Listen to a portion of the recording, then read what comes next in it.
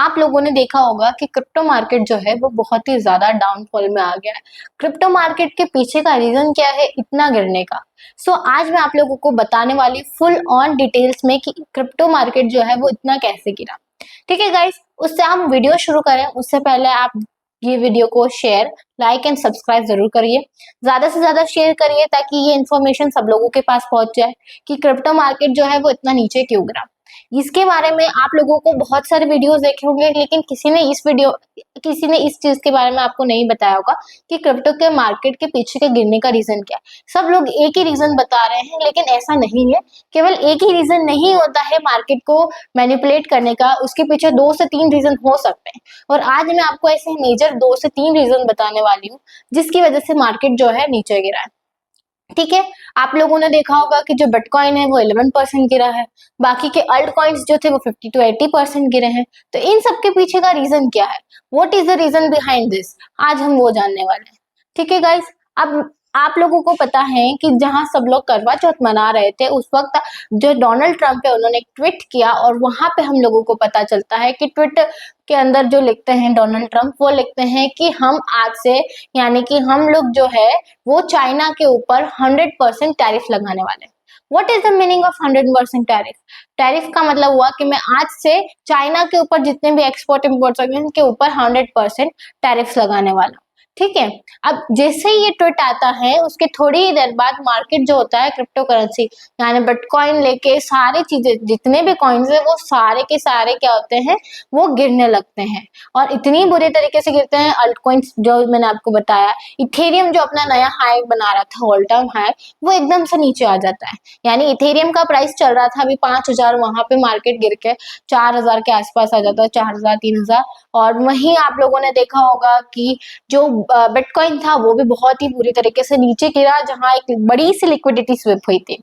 ठीक है, इसके बाद मार्केट अब रिकवरी दे रहा है, अब रिकरेक्शंस दे रहा है। थोड़ा सा वीडियो बनाने में और वीडियो अपलोड करने में गाइस लेट हो चुका है, तो इसके लिए थोड़ा सा मैं आपसे माफी मांगना चाहूंगी। लेकिन जो इन्फॉर्मेशन मैं आपको देने वाली हूँ ये लेट वीडियो के अंदर, वो आपको बताने वाली है फुल ऑन सिनेरियो कि आगे मार्केट क्या कर सकता है। ठीक है गाइस, अब आप लोगों को पता चल गया। अब उस ट्विटर के अंदर क्या लिखा था वो मैं आपको बता रही हूँ कि 100% टैरिफ्स तो लगाए गए हैं, लेकिन किस बेस पे टैरिफ्स लगाए गए हैं। टैरिफ्स जो थे, अब आपको भी पता है कि मैं आपको एक आपको एक कहानी सुनाती हूँ और आपको एक चीज बताती हूँ कि आपने कभी ये सुना है कि जो अपना जंगल होता है, एक जंगल देखा होगा, उस जंगल में क्या 2 शेर एक साथ रह सकते हैं? नहीं रह सकते हैं ना। सेम ऐसे ही हमारा यहाँ पे हो रहा है। यहाँ पे डोनाल्ड ट्रंप बोलता है कि मैं बढ़ू, और वहीं साथ ही साथ कौन बोल रहा है, चाइना के जो प्रेसिडेंट बोलते हैं कि नहीं चाइना ऊपर है। सेम यही कंडीशन यहाँ चल रही है। अब डोनाल्ड ट्रंप तो किसी के भी हाथ में नहीं आने वाले हैं, वो तो अपनी ही चलाते हैं, उनको कितना ही कुछ बोल लो। अब उनका जो था कि नहीं, वो बोलते हैं ट्वीट में कि हम जो चाइना है वो अपनी लगा रहा है, यानी चाइना जो है वो अपना सामान नहीं दे रहा है उनके ऊपर। तो उस हिसाब से उसने क्या बोला कि हम बाकी सब देशों के कंडीशंस को भी देखते हुए हम जो है, केवल यूएसए ही नहीं, यहाँ तक कि यूएसए को लॉस हो रहा था, बाकी देशों को लॉस नहीं हो रहा था, लेकिन उसके बावजूद भी क्या बोला यूएसए ने कि नहीं, हम सारे देशों को देखते हुए 100% टैरिफ्स किसके ऊपर लगा रहे हैं, चाइना के ऊपर लगा रहे हैं। ठीक है गाइस, आप लोगों को ये पता चला। अब जैसे ही अब चाइना जो था वो क्या करता है, चाइना 70% जो है अपना, अब यूएसए में ठहरी बड़ी बड़ी कंपनियां, और चाइना जो है 70% अपना रेयर अर्थ मेटल जो है वो एक्सपोर्ट करता है, बड़ा एक्सपोर्टर है। यानी कि बाकी जो देश है उनके अंदर भी एक्सपोर्टर है ये, यानी कि बाकी देशों में भी चाइना से रेयर अर्थ मेटल जाता है। वहीं अभी थोड़े टाइम के लिए जब से डोनाल्ड ट्रंप अपने आप में आए हैं और वो साइलेंट थे, उसके बाद उन्होंने थोड़े बहुत टैरिफ्स लगाना शुरू करे थे, तो उस वजह से चाइना ने क्या करा, अपना जो रेयर अर्थ मेटल्स थे वो कम कर दिए थे एक्सपोर्ट करना। और वहां पे उन्होंने देखा कि यहाँ हमको लॉस हो रहा है, इसलिए उन्होंने क्या करा, नहीं हम यूएस डॉलर को बढ़ा के रखेंगे। यूएस डॉलर को उन्होंने आने वाले 5-6 साल पहले भी उन्होंने यही मोनोपोली खेली थी कि अगर यूएस डॉलर को हमको बढ़ा के रखना है, यूएस डॉलर को हमको पावर में रखना है, तो उसके लिए उन्होंने क्या करा, पावर में रखने के लिए 5-6 यानी आने वाला 10-15 साल के लिए पावर में रखने के लिए उन्होंने ये करा, टैरिफ्स लगाना शुरू करे थे। और आज भी यही कर रहे हैं कि उनको लग रहा है कि आज भी अगर हम टैरिफ्स लगाएंगे तो नहीं, हमारा यूएस डॉलर फिर से पावर में ही रहेगा, दूसरी करेंसी उसका वो रोल नहीं ले सकती है गाइस। ठीक है, इसीलिए उन्होंने रात में ट्वीट करा और उन्होंने ये लिखा कि नहीं, हम आज से नहीं, मतलब नवंबर में लगने वाला है, लेकिन हम टैरिफ्स लगाने वाले हैं 100%। ठीक है गाइस। अब उन्होंने बोला तो फिर चाइना बोला कि मैं भी कम नहीं हूँ। तो चाइना में क्या हुआ कि चाइना जो था वो रेयर अर्थ मेटल्स एक्सपोर्ट करता था। अब वहां पे क्या हो गया, अब एक्सपोर्ट की वैल्यूज जो, अब वहां पे क्या कमी होने लग गई। जैसे ही बड़ी बड़ी, अब रेयर अर्थ मेटल कहाँ कहाँ यूज होता है आप लोगों को पता है? रेयर अर्थ मेटल का मतलब क्या होता है? रेयर अर्थ मेटल का मतलब होता है कि एक अर्थ में से मेटल निकलना, और ऊपर से वो अर्थ में से जो मेटल निकल रहा है वो भी बहुत रेयर है, उसकी भी बहुत ज्यादा कमी है। तो वहां पे आप लोगों को पता चल रहा है जो एक ही जगह, मतलब दूसरी जगह भी निकल रहा है लेकिन वहां पे निकल रहा है, ज्यादातर पाया जा रहा है और उसकी भी कमी है, तो फिर वहां पे आप लोगों को लग रहा होगा, और उसमें भी अगर फिर टैरिफ्स लग गए हैं तो यहाँ कहीं ना कहीं एक मैनिपुलेशन वाला गेम चल रहा है।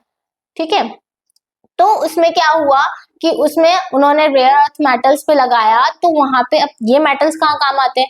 आपके फोन बनाने में काम आते हैं, आपके लैपटॉप बनाने में काम आते हैं, बड़े बड़ी सैटेलाइट्स जो बनती है वो उसमें काम आता है।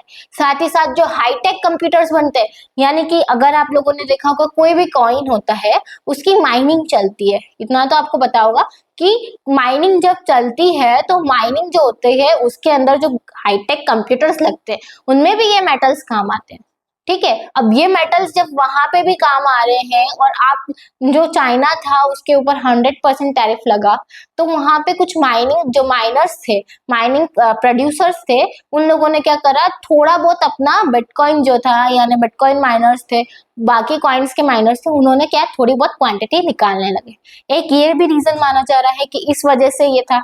अब सबसे ज्यादा फायदा किसको होने वाला था? मार्केट में सेलिंग आने वाली थी। मार्केट में अगर सेलिंग आने वाली थी तो सबसे ज्यादा फायदा किसको होने वाला था? डोनाल्ड ट्रंप को। ये सब लोगों को पता था। क्यों पता था? क्योंकि डोनाल्ड ट्रंप जो था उसको पता है कि वहां पे, आपको पता है यूएसए में बहुत सारे लोग इनसाइडर ट्रेडिंग करते हैं। इनसाइडर ट्रेडिंग पता है, इनसाइडर ट्रेडिंग इंडिया में इलीगल है, बाकी वहां पे बहुत सारे लोग करते हैं इनसाइडर ट्रेडिंग, और उससे उनको ना तो कोई जेल हो रही है, कुछ नहीं, उन लोगों को पता चल जाता है जो कि नीचे से।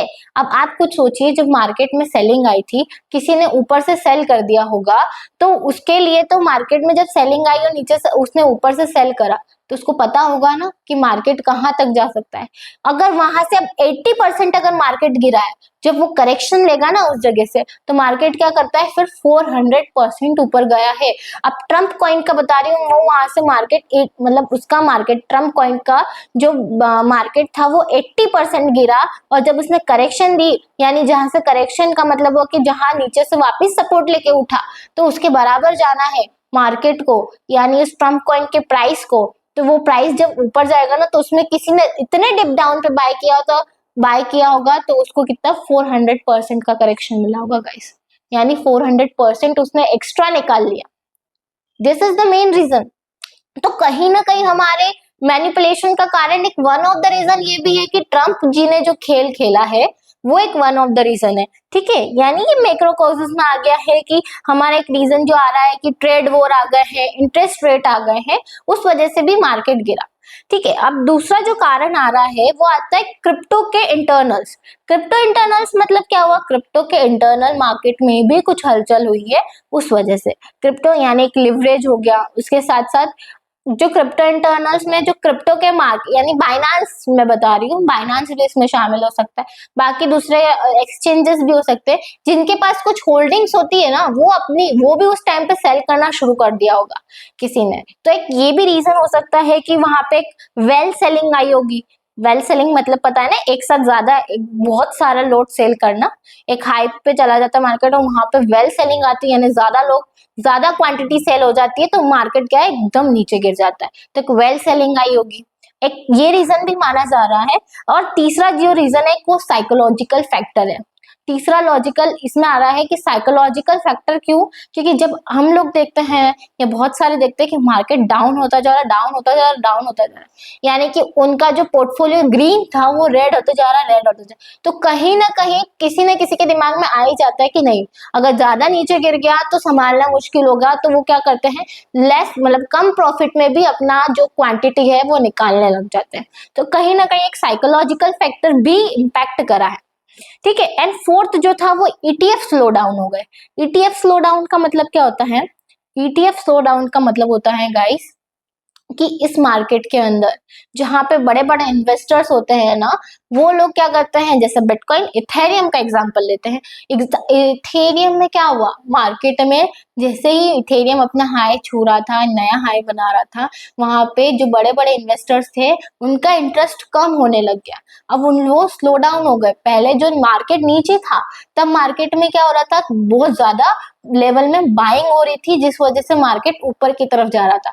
लेकिन एक पॉइंट ऑफ टाइम ऐसा आया, एक ऐसा टाइम आया जहां पे मार्केट क्या हो गया, स्लो डाउन हो गया। वहां पे इन्वेस्टर्स ने अपना ये लेना बंद कर दिया, यानी कि इन्वेस्ट करना बंद कर दिया, धीरे कर दिया, कम इन्वेस्ट करने लग गए। उस वजह से मार्केट भी स्लो डाउन हो गया, ईटीएफ स्लो डाउन हो गए, और उस वजह से एक ये भी रीजन माना जा रहा है कि वहां से एक मार्केट में करेक्शन लेनी थी। लेकिन आप लोगों को पता है कि सबसे, ये सारे तो रीजंस थे ही सही, लेकिन मेजर रीजन क्या था? मेजर रीजन ये था कि जो मार्केट में डोनाल्ड ट्रंप ने जो किया, यानी मैनिपुलेशन जब किया, तो इस मैनिपुलेशन से प्रॉफिट जिसको होने वाला था वो थे डोनाल्ड ट्रंप। उनके जो वहां के यूएसए, यानी जो उनके लोग थे, उन लोगों को पता था कि मार्केट कहाँ से करेक्शन लेगा, कहाँ से उठेगा, कहाँ से नहीं उठेगा। मैं मेजर कॉइन्स की बात कर रही हूँ, बाकी माइनर कॉइन्स तो गिरेंगे। अगर मेजर कॉइन्स गिर रहे हैं, बिटकॉइन गिर रहा है, इथेरियम गिर रहा है, सोलाना गिर रहे हैं, तो ऑब्वियस है कि बाकी कॉइन्स भी गिरने वाले हैं। लेकिन इन कॉइन्स से प्रॉफिट किसको होने वाला था? डोनाल्ड ट्रंप के लोगों को प्रॉफिट होने वाला था गाइस। तो ये एक रीजन माना जा रहा है कि वहां के जो लोग बाग थे उनको प्रॉफिट हुआ, लेकिन इंडिया के लिए थोड़ा सा ही हुआ, जिनको पता था कि नहीं ऐसा कुछ हो सकता है। बिकॉज ऐसा माना जाता है कि हर अपने अपने जो होती है ना, हिस्ट्री रिपीट होती है।